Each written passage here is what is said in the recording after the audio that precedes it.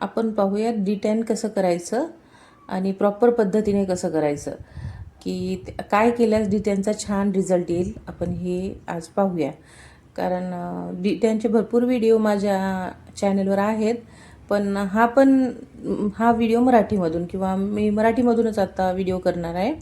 तर जाऊ देत, ते महत्त्वाचं नाही. महत्त्वाचं काय आहे की तुम्ही प्रोसेस काय करताय, की मी ह्यांचा सर्वात अगोदर डबल क्लिन्झिंग करून घेतलेलं आहे.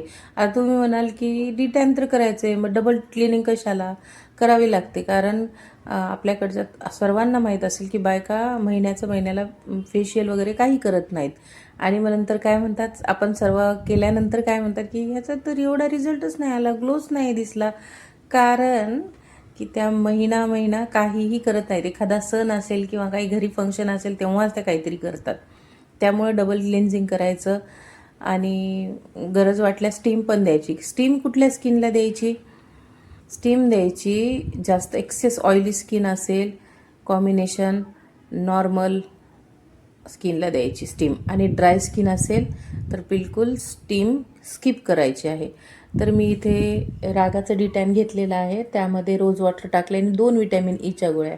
जी मुलगी जी हँडल करत आहे तिचं पण डिटॅन झालेलं आहे. ह्यामध्ये 4 गोळ्या दिसत आहेत, म्हणजे तिचं ह्या अगोदर डिटॅन झालेलं आहे. तर याच्यामध्ये रोज वॉटर, 2 व्हिटॅमिन ईच्या गोळ्या आणि रागाचं डिटॅन असा थिक लेअर लावून 20 मिनिटं ठेवून द्यायचे. 20 मिनिटानंतर ह्याच प्रोडक्टवर आपल्याला स्क्रब करायचं आहे.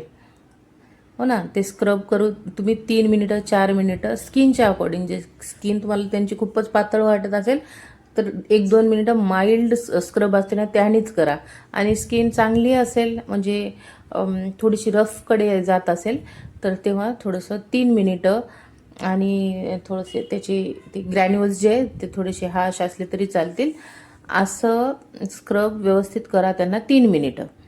हो ना, मग त्यानंतर सर्व क्लीन करून घ्या आणि त्यानंतर मॉइश्चरायझर लावा त्यांना आणि मग घरी पाठवा. मग डे असेल तर त्यांना स्कार्फ वगैरे बांधून जायला सांगायचं. त्यावर दुसरं केमिकल ट्रीटमेंट नंतर काही नाही करायचं असं सांगायचं. आणि नाईट असेल तर मग असंही जाऊ शकतात ते, असं काही नाही, एवढं काही UV रेज नसतात. आणि मग त्याच्यानंतर हे बघा, मी हे स्क्रब करत आहे आता. आता बघूयात आपण स्टीम कधी घ्यायची. स्टीम कधी घ्यायची असते? जेव्हा आपण क्लिनिंग करतो, क्लीनअप आपलं जेव्हा चालू असतं तेव्हा स्टीम घ्यायची असते. आणि तुम्हाला आता माहिती झालेलं आहे की ड्राय स्किनवर स्टीम द्यायची नाही. आणि ज्या स्किनवर खूप जास्त फोडे मोठे मोठे पिंपल्स वगैरे असतील अशा स्किनवर डिटॅन करायचं नाही. डिटॅन बाकी कुठल्याही स्किनवर आपण करू शकतो, नॉर्मल, कॉम्बिनेशन, ड्राय, ऑइली असं सर्व करू शकतो. फक्त जास्त ॲक्ने असतील, ॲक्ने पॉन वगैरे स्किनवर आपण नाही करू शकत. चला तर मग डिटॅन झालेलं आहे आणि आता आपण ह्याला स्वच्छ असं क्लीन करून घेऊ.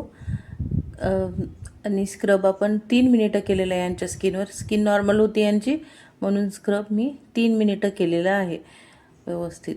फार हलक्या हाताने करायचे, स्क्रबला बिलकुल प्रेशर करायचं नाही, आपली स्किन खूप नाजूक असते. मी स्किनचा क्लास पण घेऊन येणार आहे.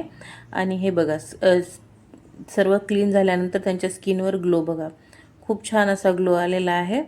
तर थँक्यू सो मच.